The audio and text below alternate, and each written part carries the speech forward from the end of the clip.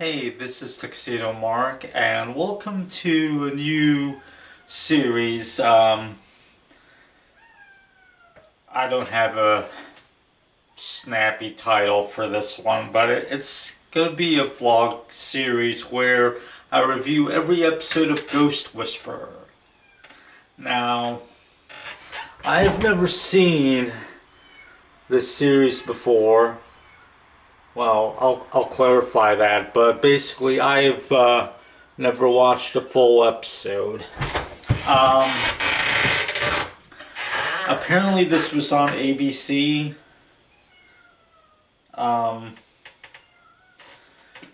but I never saw it. I think I saw like bits and pieces of it on Ion Television in passing. I mean, I really didn't watch Ion Television. That was more of my mom's thing. I think she might have watched some episodes, and I don't think she cared for it. I might have seen like some scenes, like if I was walking by the TV, but I don't know. I never watched it. In fact, I don't know if I've ever seen anything with Jennifer Love Hewitt in it. I mean, I haven't looked up her filmography, but I don't recall seeing her in anything. But I kind of got curious as to what she's famous for. I mean, I know she played like Liz the vet in the 2 live-action Garfield films, which I haven't seen. Apparently, she was a recurring character on Party of 5, which my mom did watch. And then she got spun off into her own series that lasted only like 1 season. And I forget the name of it. But, yeah. I've been kind of intrigued by Jennifer Love Hewitt, even though I don't recall ever seeing anything that she was in. I know she was on Criminal Minds for a while because my mom loved Criminal Minds, and I would see her on there sometimes. But yeah, I decided to get this DVD set because for a complete series, it was pretty cheap. And let's see, does it say how many 107 episodes. This is about, okay, it's 78 hours and 24 minutes. So I figured it might be fun, since I'm going to be watching this series anyway, for the first time, to do a review of each episode after I'm done watching it. It's not going to be daily, like with the Voltron Vlogtron. Mostly because I don't think I'll have enough time in each day to watch a full, like, 44-minute episode in addition to doing Voltron. So it's just gonna be like every so often, no set schedule for it or anything like that. But anyway, on to the first episode itself, which is called Pilot. So Jennifer Love Hewitt plays Melinda Gordon, and she's just, well, first we get like a scene set in the past at a funeral. I think, I don't know if it was her grandpa or who, but she starts learning that she can see ghosts. And apparently she inherited this gift from her grandmother. Fast forward to present day, and I don't even remember when this series aired, but it is in widescreen. Anyway, it's her wedding day. She's just getting married, and she and her husband move into a new place, and she apparently works at like antique store or something like that with her friend, and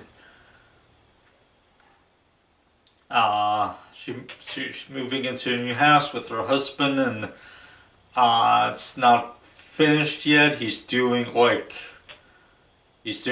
on it. He's a paramedic, by the way, and we learned that he responded to like a call about his brother, or like I think he fell off a roof. I think I'm not sure, but the husband couldn't save his own brother basically, and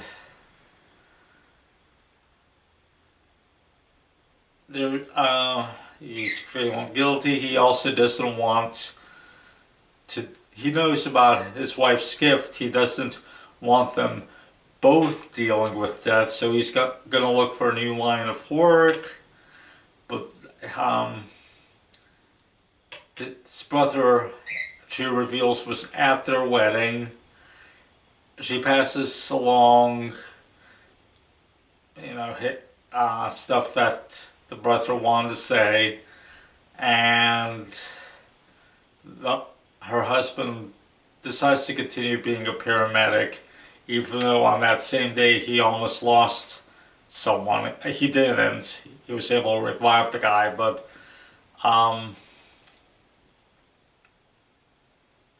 yeah, so that's the subplot. The main plot involves a Vietnam vet that died in a helicopter crash in like June of 1972.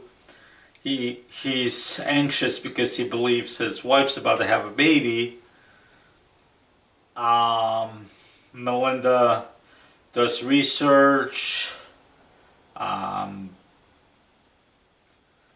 she learns that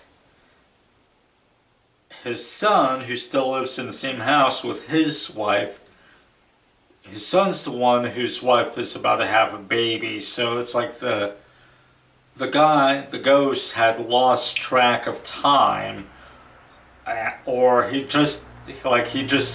said he just suddenly like awoke now.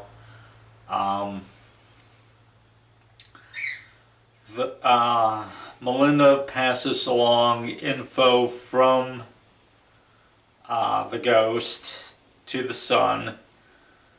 He wants to know how she knows this. She tells him and his wife, and he gets really upset, throws her out of the house. She passes along something that I don't even remember what it was, as she tells him to contact the Pentagon with the information that she gave him, and eventually he shows up at her house. He's kinda believing her, and the ghost of his dad appears at that moment too. So she has to pass along information from the father to the son, and she tells the son that he can just speak directly to his dad because he's standing right there, and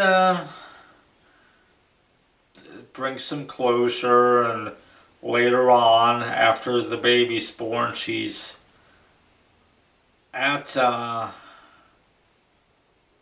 guess it's a funeral. I mean, he already had like a gravestone, but I guess maybe they recovered his body, or they found out something, and there's like another service now.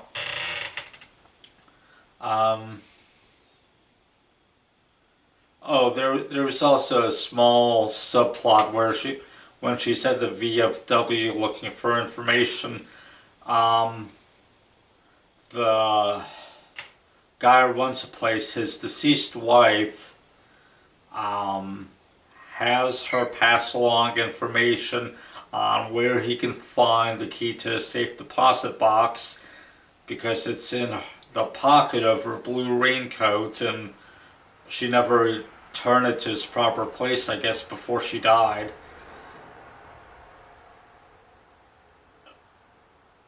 she gives him the information and leaves. So that was kind of funny. And at the end of the episode, while she's at the funeral, the ghost says that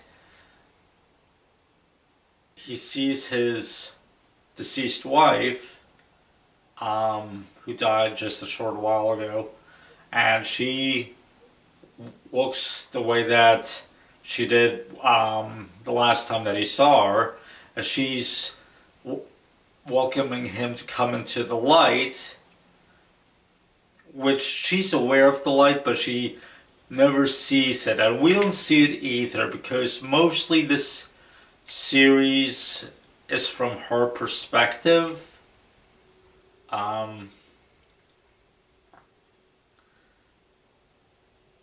In fact, I don't recall there being any scene that she's not in. But anyway, I mean, sometimes we see the ghosts because she sees them, and sometimes I guess we see what other people see, which is nothing.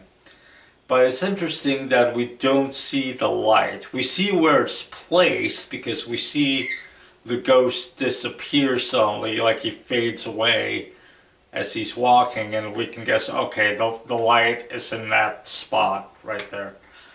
But anyway, then there's another ghost with the family at the memorial service or at the cemetery or whatever, and he approaches her and asks, "Can you see us?"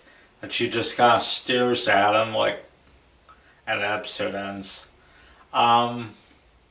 So it's just, you know, this is her gift or curse or whatever, and she just has to deal with it. And she does fairly well with it. I mean, she doesn't like break down or anything like that. Anyway, I like the episode. I like Jennifer Love Hewitt in the role. It's an interesting character. And it's interesting that her best friend and her husband know.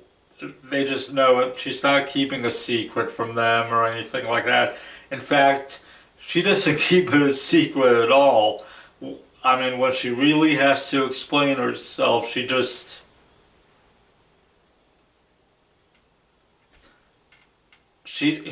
blurts it out. She's just like, yeah, I got this gift. Here you go. It's kind of refreshing, actually, that she's not like just trying to keep a secret or anything like that, or you know, tiptoeing around or anything. She's just like, well, how do you know this?